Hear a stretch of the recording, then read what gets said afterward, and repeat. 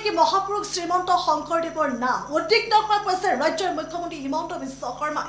আজান শংকৰক লৈ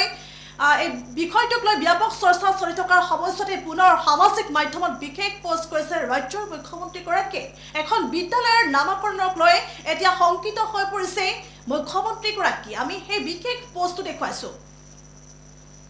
আৰু উদ্বিগ্ন হৈ পৰিছে ৰাজ্যৰ মুখ্যমন্ত্ৰী হিমন্ত বিশ্ব শৰ্মা উদ্বিগ্ন হৈ পৰিছে মৰিগাঁৱৰ মৈৰাবাৰীৰ এখন বিদ্যালয়ৰ নাম ৰখা হৈছে আজান শংকৰ বিদ্যাপীঠ যিখন বিদ্যালয় অসম জাতীয় বিদ্যালয়ৰ আৰ্হিত স্থাপন কৰা হৈছে কিন্তু নাম ৰখা হৈছে আজান শংকৰ বিদ্যাপীঠ আৰু এই বিদ্যাপীঠখনক লৈ বা এই বিদ্যাপীঠখনৰ নামকৰণক লৈ এতিয়া এইদৰে উদ্বিগ্ন হৈ পৰিছে ৰাজ্যৰ মুখ্যমন্ত্ৰী হিমন্ত বিশ্ব শৰ্মা আৰু হিমন্ত বিশ্ব শৰ্মা তেওঁ লিখিছে তেওঁ বহু কথাই কৈছে যে সংস্কৃতি লাহে লাহে পুনৰ লিখা হয় এদিন হয়তো বিলুপ্ত হৈ যাব মহাপুৰুষ শ্ৰীমন্ত শংকৰদেৱৰ নাম উদ্বিগ্ন হৈ পৰিছে কিয়নো আমি বিশেষ সেই পোষ্টাৰখন দেখুৱাইছো য'ত লিখা আছে আজান শংকৰ বিদ্যাপীঠ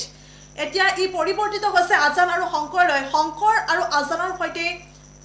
এই বিদ্যাপীঠৰ নাম আৰম্ভ হৈছিল কিন্তু এতিয়া ই পৰিৱৰ্তিত হৈছে আজান আৰু শংকৰলৈ এইদৰে নিঃশব্দে বিকৃত কৰা হয় ইতিহাস এইদৰে সংস্কৃতি লাহে লাহে পুনৰ লিখা হয় এদিন হয়তো বিলুপ্ত হৈ যাব মহাপুৰুষ শ্ৰীমন্ত শংকৰদেৱৰ নাম এইদৰে উদ্বিগ্ন হৈ পৰিছে ৰাজ্যৰ মুখ্যমন্ত্ৰী হিমন্ত বিশ্ব শৰ্মা পুনৰ সামাজিক মাধ্যমত এইদৰে পোষ্ট কৰা দেখিবলৈ পোৱা গৈছে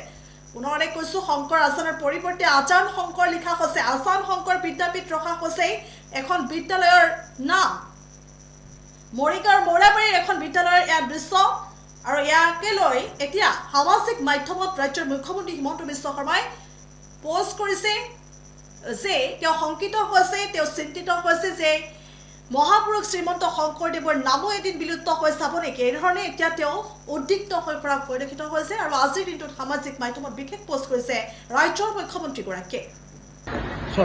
কি বিপৰীতে দিছে সপক্ষে দিছে নাজানো আমি জানো যে শংকৰ মাধৱ দুইজন একেলগে আছিলে আৰু আজান পীৰ 200 বছৰ পিছত আহিছিল গতিকে শংকৰ আৰু আজানৰ কেতিয়াও দেখা দেখিয়ে হোৱা নাই এইটো ঐতিহাসিক সত্য গতিকে মই কি কৈছো শংকৰ মাধৱ নিজৰ জায়গাত থাকিব আজান পীৰ নিজৰ জায়গাত থাকিব